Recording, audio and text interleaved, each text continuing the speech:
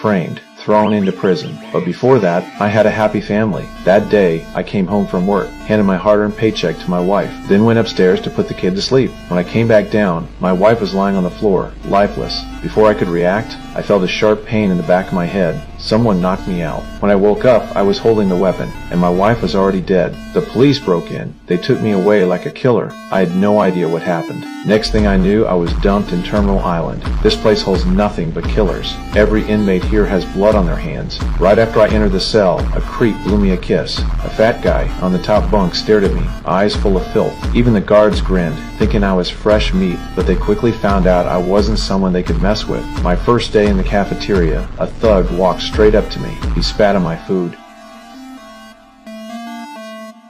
I swallowed my anger. Didn't want trouble, but the insults kept coming, worse and louder. I snapped, swung my tray, and dropped him. A bald guy tried to jump me. I drove my knee into his leg. Another one landed a punch. I was ready to strike back when the guards rushed in and shut it down. Just in time. They dragged me to the warden. She was watching the fight footage, but she didn't mention punishment. She had other plans. I used to be a top race car driver. She wanted me in the death race. A game of blood for freedom. They stream it live and profit from the carnage. I didn't want any part of it until she said it. Win 5 races and walk free. I still had something to do. My wife was dead. Someone had to pay. So I agreed. She brought me to the garage, introduced me to Zeus, the mechanic, and told me to get ready. The rules were simple. 3 races. 2 to survive, 1 for speed. If you're alive, you win. But the drivers, they were monsters. The bald Chinese-American, MIT genius, deadly behind the wheel. Then 21 from the Brotherhood. Rumor says he killed 9 racers.